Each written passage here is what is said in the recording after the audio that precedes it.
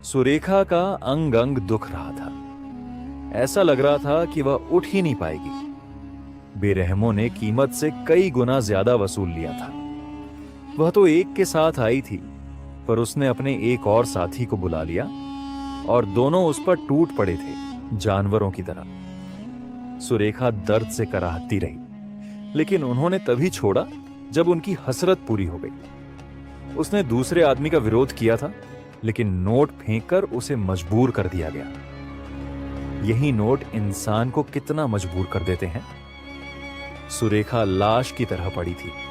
वह एक खंडहर नुमा घर था जो शहर से अलग था। किसी तरह उसने खुद को संभाला, अपनी साड़ी ठीक की और ग्राहकों द्वारा फेंके गए 100 रुपए के नोट ब्लाउज में रखकर बाहर निकली। ये एक सुनसान इलाका था। दूर पगडंडी पर कुछ लोग जा रहे थे, लेकिन सुरेखा से चला नहीं जा रहा था। अब समस्या यह थी कि वह घर कैसे जाए। वह ग्राहक की मोटरसाइकिल पर बैठकर आई थी। घर में उसकी बूढ़ी सास इंतजार कर रही होगी। वह जाएगी, तब खाना बनेगा और दोनों खाएंगे। सुरेखा कोई शौक से इस धंधे में नहीं आई थी। उसका पति रमेश उसे अकेला छोड़कर किसी और से शादी कर चुका था। काश उसकी शादी अरुण के साथ हुई होती। अरुण कितना अच्छा इंसान था। वह सुरेखा से सच्चा प्यार करता था। सुरेखा अपने बीते दिनों को याद करने लगी। वह अपने मां बाप की इकलौती बेटी थी। गरीबी के कारण उसे 8वीं के बाद पढ़ाई छोड़नी पड़ी। उसके पिता नहीं थे और उसकी मां बस स्टैंड पर ठेला लगाकर फल बेचती थी। घर संभालना, सब्जी बाजार से सब्जी लाना और किराने की दुकान से राशन लाना सुरेखा की जिम्मेदारी थी। एक दिन जब वह सब्जी बाजार से लौट रही थी, तो उसकी साइकिल एक मोटरसाइकिल से टकरा गई और वह गिर पड़ी। मोटरसाइकिल पर बैठा नौजवान अरुण था। उसने तुरंत अपनी बाइक रोकी और सुरेखा को उठाने लगा। माफ करना, मेरी वजह से तुम गिर गईं, अरुण ने कहा। माफी तो मुझे मांगनी चाहिए, मैंने ही अचानक साइकिल मोड़ दी थी, सुरेखा बोली। अरुण ने उसकी साइकिल उठा दी और मुस्कुराकर कहा, क्या मैं तुम्हारा नाम जान सकता हूं? सुरेखा, और आपका? अरुण, अच्छा, चलता हूं। इसके 4 दिन बाद दोनों की सब्जी बाजार में फिर मुलाकात हुई। इस बार अरुण ने खुलकर बात की। मैंने सोचा था कि शायद तुमसे फिर मुलाकात हो जाए। क्या तुम मेरे साथ चाय पी सकती हो? सुरेखा ने मुस्कुराते हुए कहा, चाय तो पीऊंगी, लेकिन यहां नहीं। कभी मेरे घर आओ, वहीं पिएंगे। सुरेखा के लिए अरुण की यह मुलाकातें बहुत खास थीं, लेकिन जब उसकी मां को इसकी भनक लगी तो वह नाराज हो गई। जाति की दीवार उनके प्यार के आड़े आ गई। अंततः सुरेखा की शादी जबरन दूसरे गांव के रमेश से कर दी गई। सुहागरात को ही सुरेखा का सपना चकनाचूर हो गया। रमेश शराब के नशे में धुत था। उसने सुरेखा को ऐसे दबोच लिया मानो वह कोई सामान हो। सुरेखा सिसकती रही, लेकिन रमेश को कोई फर्क नहीं पड़ा। सुबह उसकी सास ने सब कुछ समझ लिया और उसे सांत्वना दी। समय के साथ सब ठीक हो जाएगा। लेकिन हालात और बिगड़ गए। रमेश का गुस्सा बढ़ता गया। एक दिन उसने सुरेखा पर झूठा आरोप लगाया कि शादी से पहले उसका किसी के साथ संबंध था। उसने सुरेखा को बेरहमी से पीटा। कुछ सालों बाद रमेश ने दूसरी शादी कर ली और घर छोड़ दिया। अब सुरेखा और उसकी बूढ़ी सास के पास कुछ भी नहीं बचा था। घर में भुखमरी की नौबत आ गई। राशन खत्म हो गया था तो सुरेखा किराने की दुकान पर जगदीश से उधार मांगने गई। जगदीश ने उसकी मजबूरी का फायदा उठाने की कोशिश की। पहले तो उसने मना कर दिया, लेकिन भूख और लाचारी ने उसे झुका दिया। एक दिन उसने जगदीश की शर्त मान ली और बदले में राशन लिया। यह सिलसिला चलता रहा।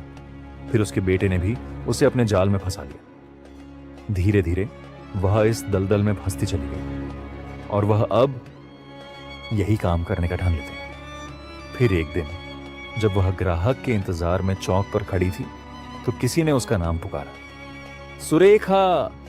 वह पलटी और सामने अरुण को देखकर हैरान रह गई। तुम यहां क्या कर रही हो? अरुण ने पूछा।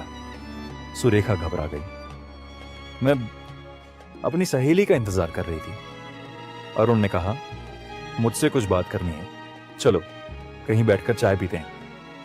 रेस्टोरेंट में बैठकर अरुण ने पूछा, तुम खुश तो हो ना? तुम्हारे पति क्या कहते हैं? कितने बच्चे हैं? सुरेखा का गला भर आया। अरुण, मेरे पति ने दूसरी शादी कर ली, अब मैं अकेली हूं। अरुण ने गहरी सांस ली। तुम्हारे साथ बहुत बुरा हुआ, लेकिन मेरी जिंदगी भी अधूरी रही। मैंने अब तक शादी नहीं की क्योंकि मुझे तुम जैसी कोई लड़की नहीं मिली। सुरेखा अवाक रह गई। अरुण ने आगे कहा, मेरी जिंदगी में अब भी एक जगह खाली है, क्या तुम मेरी पत्नी बनोगी? सुरेखा की आंखों से आंसू बहने लगे। नहीं अरुण, मैं बहुत गंदी हो चुकी हूं, मैं तुम्हारे लायक नहीं रही। अरुण ने उसका हाथ थामा। तुम्हें हालात ने इस राह पर चलने को मजबूर किया, लेकिन अगर तुम चाहो तो इस दलदल से निकल सकती हो। मैं इंतजार करूंगा, सोचकर जवाब देना। चाय के पैसे देकर अरुण चला गया। सुरेखा के पैरों के नीचे की जमीन हिल गई थी। उसे लगा जैसे किसी ने उसे दलदल से बाहर निकालने के लिए हाथ बढ़ाया हो। अभी वह सोच ही रही थी कि एक ग्राहक ने सामने मोटरसाइकिल रोक दी। चलेगी क्या? सुरेखा ने झिझकते हुए उस ग्राहक की मोटरसाइकिल पर बैठने के लिए कदम बढ़ाया, लेकिन तभी उसके भीतर कुछ टूट गया। अरुण की बातें उसके कानों में गूंजने लगी। अगर तुम चाहो तो इस दलदल से निकल सकती हो, मैं इंतजार करूंगा। वह वहीं ठिठक गई। क्या हुआ, चलोगी कि नहीं? ग्राहक ने अधीरता से पूछा। सुरेखा की आंखें अचानक आंसुओं से भर आईं। उसने पहली बार अपने आप को इतनी नफरत भरी नजरों से देखा। क्या वह वाकई में इस जीवन के सिवा कुछ और नहीं कर सकती थी? क्या उसका कोई दूसरा रास्ता नहीं था? नहीं, अब और नहीं। उसने धीमे से बुदबुदाया और पीछे हट गई। ग्राहक ने गुस्से में बाइक घुमा दी और चला गया। सुरेखा वहीं सड़क के किनारे बैठ गई। उसका पूरा शरीर कांप रहा था। वह सोचने लगी, अगर आज वह अरुण से नहीं मिली होती तो शायद यही उसकी जिंदगी बन चुकी होती। लेकिन अब अरुण ने उसे एक उम्मीद दी थी। वह कांपते हाथों से अपने ब्लाउज में रखे नोट निकाले और उन्हें घूरने लगी। क्या ये टुकड़े उसकी पूरी जिंदगी की कीमत थे? क्या इन्हीं के लिए उसने अपने आत्मसम्मान को कुचल दिया? सूरज धीरे धीरे ढलने लगा था। ठंडी हवा उसके आंसुओं को सुखाने लगी। कुछ देर तक वहीं बैठी रहने के बाद उसने फैसला किया, अब मैं वापस नहीं जाऊंगी। एक नया रास्ता रात हुई तो वह सीधे अरुण के घर पहुंची। दरवाजे पर उसने कांपते हाथों से दस्तक दी। अरुण ने दरवाजा खोला और उसे देखकर चौंक गया। सुरेखा! उसकी आंखों में सवाल थे, लेकिन जब उसने सुरेखा की भीगी आंखों को देखा तो वह समझ गया कि कुछ बदल चुका है। अरुण, क्या तुम्हारा प्रस्ताव अब भी वैध है? सुरेखा ने कांपती आवाज में पूछा। अरुण ने हल्की मुस्कान के साथ सिर हिलाया। मैंने कहा था, मैं इंतजार करूंगा। सुरेखा की आंखों से आंसू बह निकले। उसने वह सारे नोट वहीं जमीन पर गिरा दिए, जैसे अपने पुराने जीवन को हमेशा के लिए छोड़ रही हो। फिर बिना कुछ कहे वह अरुण के सीने से लग गई। बाहर आसमान में चांद चमक रहा था, शायद एक नई सुबह के इंतजार में। अगली सुबह सुरेखा की नींद खुली तो उसने खुद को एक अलग ही दुनिया में पाया। अरुण के छोटे से घर में शांति थी। न वह गली का शोर था, न वो घूरती निगाहें, न कोई सौदेबाजी। एक पल के लिए उसे यकीन ही नहीं हुआ कि वह अब भी उसी दुनिया का हिस्सा है। अरुण उसे रसोई में चाय बनाते हुए दिखा। तुम जाग गई? उसने मुस्कुराकर पूछा। सुरेखा ने सिर हिलाया। उसकी आंखों में संकोच था, जैसे अब भी खुद को इस सुख के काबिल नहीं मान रही हो। चाय पी लो, फिर कुछ बातें करनी है, अरुण ने कहा। सुरेखा ने कप लिया, लेकिन चाय पीने से पहले ही उसकी आंखें भर आईं। अरुण, क्या मैं सच में इस सब की हकदार हूं? मैं जिस अंधेरे में थी वहां से निकलकर इस रोशनी में रहने का हक खो चुकी हूं। अरुण ने गंभीरता से कहा। गलत रास्ते पर जाने से कोई हमेशा के लिए गलत नहीं हो जाता सुरेखा। इंसान की कीमत उसके फैसलों से होती है, और तुमने सही फैसला लिया है। बस खुद को माफ करना सीखो।